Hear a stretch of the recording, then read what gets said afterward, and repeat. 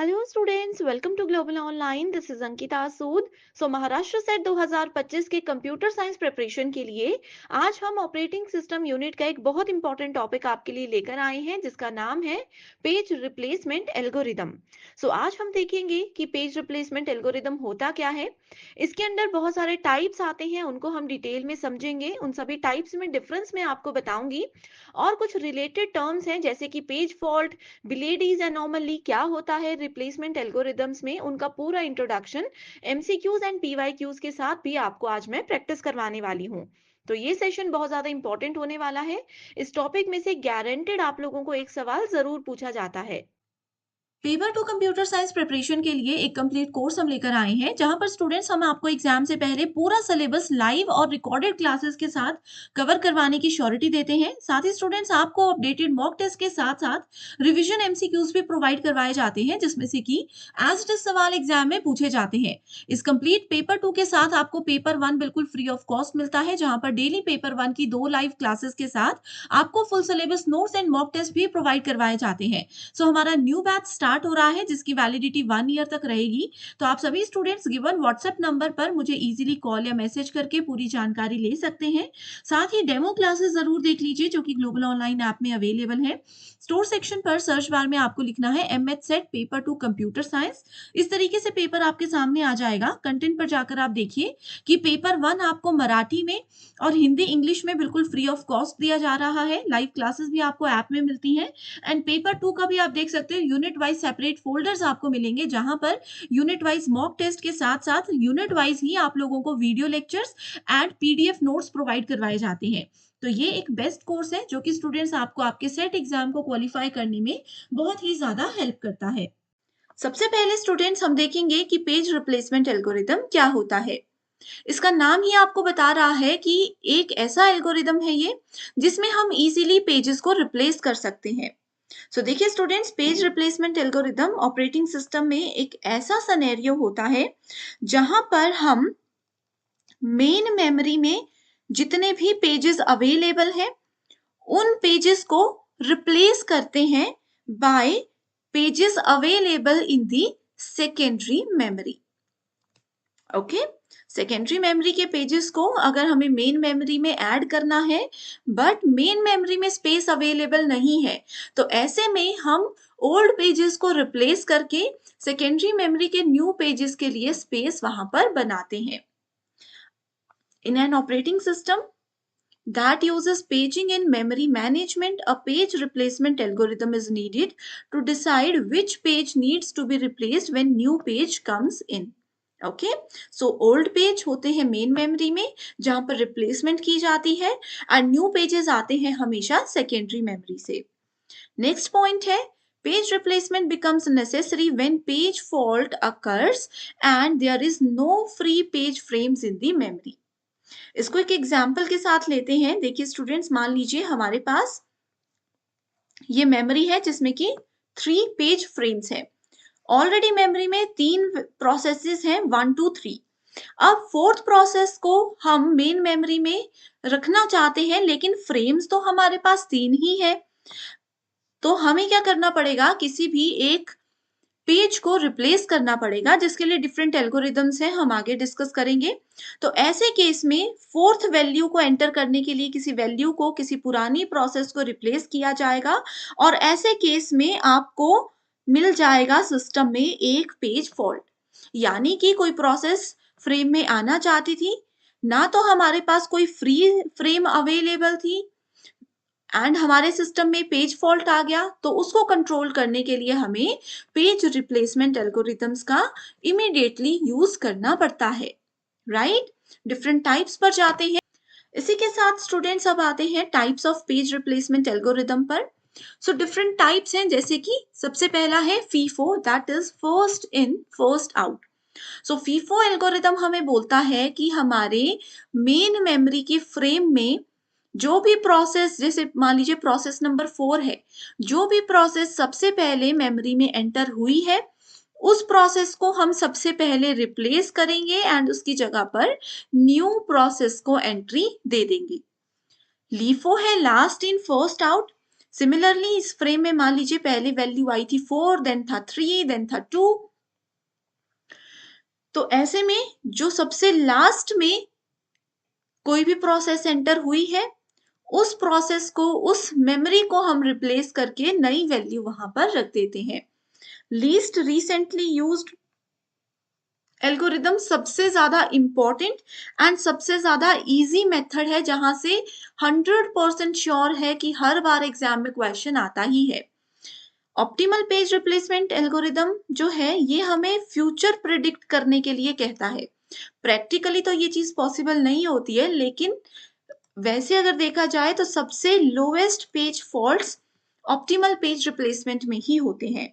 Optimal हमें बोलता है कि चेक कीजिए फ्यूचर में कौन सा ऐसा प्रोसेस है जिसको हमें वापस यूज नहीं करना है, तो उस प्रोसेस को रिप्लेस किया जाता है। रैंडम रिप्लेसमेंट एल्गोरिदम जो कि रैंडमली किसी भी पेज को सेलेक्ट करेगा, रैंडमली भी करता है बट इसमें कुछ रूल्स भी होते हैं जो कि एग्जाम के लिए इंपॉर्टेंट है। सो ये जितने भी टाइप्स हैं, इनमें से एग्जामिनेशन में न्यूमेरिकल क्वेश्चंस पूछे जाते हैं जिनको हम प्रैक्टिस करेंगे आगे। अगला है पेज फॉल्ट। सो देखिए पेज फॉल्ट मैंने आप लोगों को बताया, मेमोरी है हमारे पास, मेमोरी में कुछ फ्रेम्स दी गई होती हैं, कई बार 3 फ्रेम्स होती हैं, कई बार 4 फ्रेम्स हमें बनाने को कहा गया होता है। अब हमारे मेमोरी में ऑलरेडी वैल्यूज हैं 2, 4 एंड 5।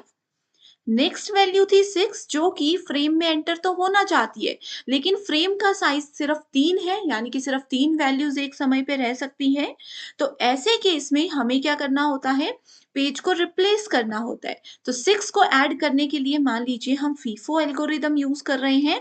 तो फीफो के हिसाब से सबसे पहले 2 आया है, तो हम यहाँ पर 6 कर देंगे, 4 एंड 5। बट ये क्या हो गया, ये हो गया आपका एक page fault. Okay, page fault happens when a running process accesses a memory page that is mapped into the virtual address space but not loaded in physical memory. Since actual physical memory is much smaller than virtual memory, page fault happens. ठीक है, जैसे कि values हमारे पास थी 2, 4, 5, 6, 2, 3, 1, 5, 2। Okay, तो ये हमारी इतनी सारी स्पेस थी, ये सारी चीजें हमें इस फ्रेम में ऐड करनी थी, दूसरी फिजिकल मेमोरी में या मेन मेमोरी में शिफ्ट करनी थी, बट फ्रेम साइज सिर्फ 3 है। तो इसलिए इन सब वैल्यूज को यहाँ पर एडजस्ट करने के लिए हमें क्या करना पड़ता है, हमें पेज रिप्लेसमेंट एल्गोरिदम्स का यूज करना पड़ता है।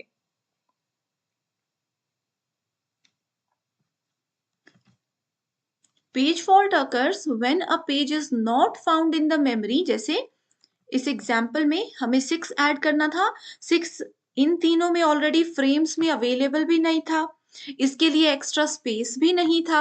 तो ऐसे केस में हमें रिप्लेस करना पड़ता है वैल्यूज को। सो पेज फॉल्ट के 2 रीजन होते हैं। पहला ये है कि जो पेज हम चाहते थे वो मेमोरी में ऑलरेडी अवेलेबल नहीं है, तो आपके पास पेज फॉल्ट हो जाएगा। And needs to be loaded from the disk. So disk से ये वैल्यू को हमने मेमोरी में लोड कर दिया पेज रिप्लेसमेंट एल्गोरिथम के through. If a page fault occurs, जैसे कि इस केस में पेज फॉल्ट अकर हो गया था क्योंकि 6 ऑलरेडी अवेलेबल नहीं था। If a page fault occurs and all memory frames have been already allocated, जो हमने इस एग्जाम्पल में बात की, ठीक है, कि पेज फॉल्ट भी हो गया था, ऑलरेडी कोई फ्री स्पेस भी अवेलेबल नहीं था, then the replacement of page in memory is required at the request of a new page. इसको हम डिमांड पेजिंग का नाम देते हैं। ओके, आई होप स्टूडेंट्स अभी तक मैंने जो बताया है वो आप अच्छे से समझ रहे हो। नेक्स्ट है बिलेडीज एनोमली। बिलेडीज एनोमली एक सिंपल सा कॉन्सेप्ट है पेज रिप्लेसमेंट एल्गोरिदम में। ये बोलता है कि अगर हम पेज फ्रेम्स का साइज बढ़ा देते हैं, नंबर ऑफ पेज फ्रेम्स बढ़ा देते हैं, तो पेज फॉल्ट्स भी इंक्रीज हो जाते हैं। ठीक है, जैसे कि अभी तक हम लोग बात कर रहे थे 3 पेज फ्रेम्स की। ओके, तो ये बोलता है कि अगर हम पेज का फ्रेम का साइज भी बढ़ा देते हैं, 3 की जगह 4 पेज फ्रेम्स कर लेते हैं, तो पेज फॉल्ट बढ़ने के भी चांसेस जो हैं वो बढ़ जाते हैं। तो ये है बिलेडीज एनोमली, जो कि बिल्कुल सही बोलता है। लेकिन ये एनॉमली एप्लीकेबल होती है सिर्फ 3 एल्गोरिदम्स में, first in first out, second chance algorithm and random replacement algorithm. इसमें से आप चाहे कोई भी सेट एग्जाम देख लो, नेट एग्जाम देख लो या गेट एग्जाम के पीवाईक्यूज देख लो, इसमें से क्वेश्चंस आते ही हैं एंड यही पूछा जाता है कि क्या फीफो में बिलेडीज एनॉमली होती है, तो आपका आंसर होना चाहिए बिल्कुल होती है। बाकी के जो एल्गोरिथम्स हैं जैसे कि हमारे पास है LIFO, last in first out, and एक हमारे पास है लीस्ट रिसेंटली यूज्ड।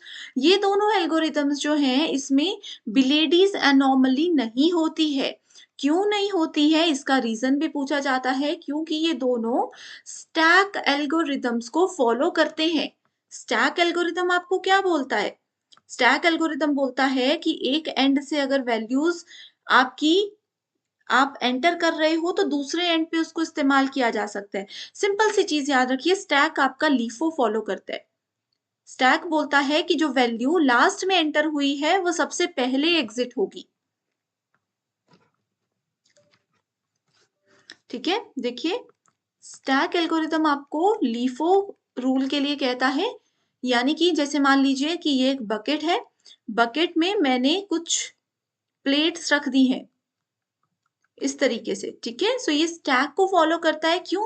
क्योंकि जो सबसे लास्ट में हमने प्लेट एंटर की है, ये प्लेट अगर सबसे पहले निकलेगी तो ही हम लास्ट प्लेट तक पहुंच पाएंगे। लास्ट इन फर्स्ट आउट, जो सबसे लास्ट में एंटर हुई है वो सबसे पहले आउट हो जाएगी। तो जो भी एल्गोरिदम स्टैक की प्रॉपर्टीज, लीफो की प्रॉपर्टीज को फॉलो करता है उसमें कभी भी बिलेडीज एनॉमली नहीं होता है। ओके, आगे बढ़ते हैं क्वेश्चंस पे। देखिए ये प्रीवियस ईयर क्वेश्चन है यूजीसी नेट में। Least recently used algorithm suffers from Belady's anomaly, तो ये होता है? नहीं होता है, अभी मैंने आपको बताया। ठीक है, क्यों? क्योंकि ये स्टैक रूल को फॉलो करता है। नेक्स्ट है शॉर्टेस्ट रिमेनिंग टाइम फर्स्ट में कॉज स्टारवेशंस। सो स्टारवेशन होता है long waiting. Starvation is long waiting. इसमें कहा है कि जो shortest remaining time first algorithm है उसको प्रोसेसेस को बहुत ज्यादा लंबे समय तक वेट करना पड़ता है। बिल्कुल सही है। जैसे मान लीजिए 3 प्रोसेसेस हैं अभी, इस प्रोसेस को 5 सेकंड लगने हैं, इसको 10 सेकंड लगने हैं और इसको 5 मिनट लगने हैं एग्जीक्यूट होने में। तो ये शॉर्टेस्ट प्रोसेसेस पहले आती रहेंगी और इसी बीच अगर कोई प्रोसेस P4 एंड P5 आ गई जिसका टाइम जो है एग्जीक्यूशन का वो 5 मिनट से कम है, तो ऐसे में प्रोसेस P3 को स्टारवेशन में रहना पड़ेगा। उसको लॉन्ग वेटिंग का सामना करना पड़ सकता है क्योंकि बीच में शॉर्ट टाइम वाली प्रोसेसेस आती रहेंगी।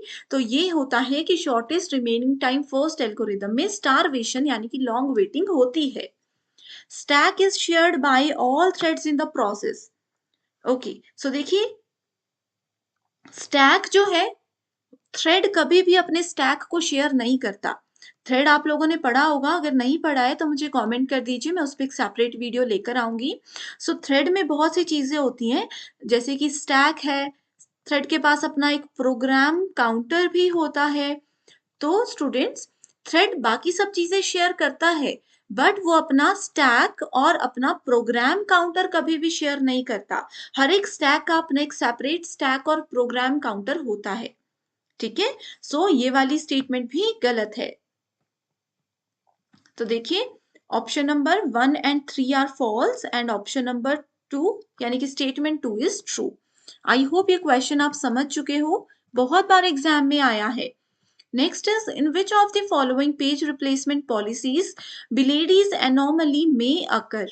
सो बिलेडीज एनॉमली सबसे ज्यादा फीफो में होती है, ऑप्टिमल में, LRU में या फिर MRU में। तो MRU जैसा तो हमारे पास मिनिमल कुछ भी नहीं है, तो करेक्ट आंसर है फीफो में। बिलेडीज एनॉमली सबसे ज्यादा आपको first in first out algorithm में ही देखने को मिलेगी। ओके, सो देख सकते हो इसका थोड़ा सा एक्सप्लेनेशन भी है। आई होप स्टूडेंट्स जो भी कॉन्सेप्ट्स मैंने आपको बताए हैं आप सब अच्छे से समझ चुके हो। नेक्स्ट वीडियो आपको कौन से टॉपिक पर चाहिए वो भी आप मेरे साथ शेयर ज़रूर कर दीजिए। मैं आप सभी स्टूडेंट्स की रिक्वेस्ट को ज़रूर पूरा करूँगी। So thank you so much and I wish you all the very best.